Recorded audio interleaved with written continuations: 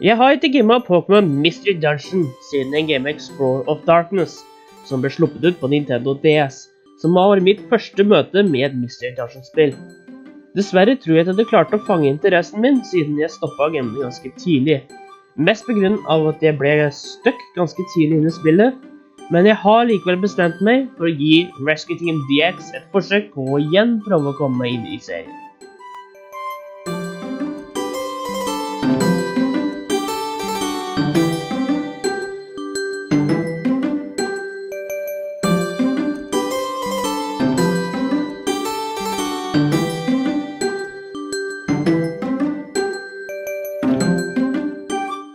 Pokémon Mystery Dungeon Rescue Team DX er en remake av Pokémon Mystery Dungeon Blue Rescue Team og Red Rescue Team, som ble sluppet ut til Nintendo DS, og som gir Pokémon litt mer personlighet. Artstylen i remaken har en vannfarget stil som ser ganske stilig ut, og du begynner spillet med å svare på personlighetsquiz, som til slutt gir resultatet på hvilken Pokémon du får. Selvfølgelig, dersom du ikke liker resultatet, kan du selv velge hvilken som helst Pokémon du helst vil være. Du velger også selv hvilken Pokémon du vil ha som din partner. I Pokémon Mystery Dungeon gamer du som et menneske som på mystisk vis har blitt forvandlet til en Pokémon. Hvor partner-Pokémon og deg selv etter kort tid bestemmer seg for å starte et rescue team, hvor du gamer gjennom dungeon etter dungeon for å redde Pokémon som har blitt lost. Og du vil etter hvert få mer og mer informasjon og vite hvorfor du har blitt til en Pokémon.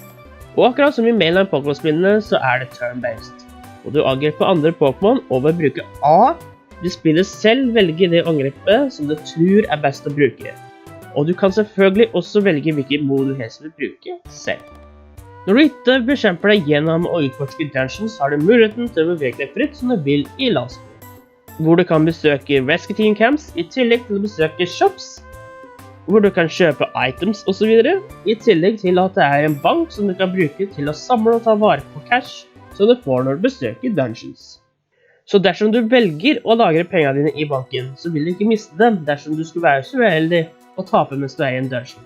Eller du kan også kalle på hjelp dersom du taper og få et rescue team til å komme og redde deg via nettet. Og dersom du blir reddet, så slipper du å miste pengene eller items du har, og så kan du gi en reward til det teamet som skulle klare å redde ditt team. Vær obs på at å få hjelp kan ta litt tid, spesielt hvis du har tapt i en dungeon med flere floors. Men du må ikke vente til å bli reddet. Dersom du har flere teams, kan du gemme en av dem i mellomtiden, og kanskje bruke en av dine andre teams til å redde teamet du har tapt med. Men jeg synes at spillet skulle gitt deg en form for en varsel når teamet ditt har blitt reddet. Du kan også sette passord på ditt rop om hjelp dersom du kun vil at en venn skal hjelpe deg, eller gi ID-koden til din rescue request. I landsbyen befinner det seg også en linkshop som gir deg muligheten til å linke motstanderne i sammen, eller glemme/huske angrepet dine Pokémon.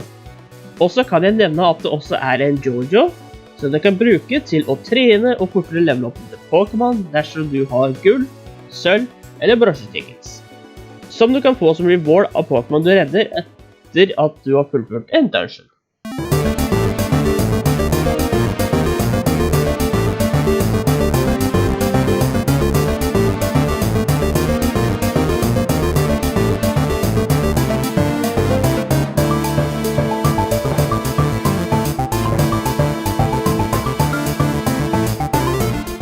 Spillet har så mange sidequests, og med nye som kommer inn hele tiden.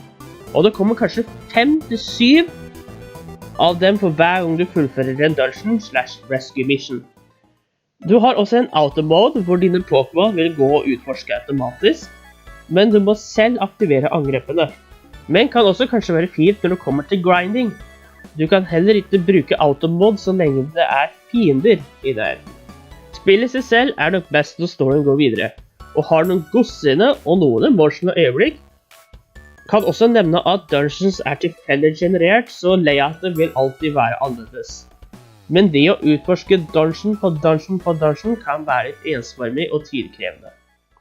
Det er derfor jeg liker det best når historien går fremover, spesielt hvis du utforsker en dungeon med mange floors. Og så må vi nevne musikken. Musikken i Mystery Dungeon Rescue Team DX er veldig bra. Kanskje et av de beste jeg har hørt i et Pokémon-spill generelt. Noen tunes er bedre enn andre, som for eksempel bassmusikken og noen av teamsa som spilles av i Dungeons. Så til slutt klarte spillet å få meg inn i serien.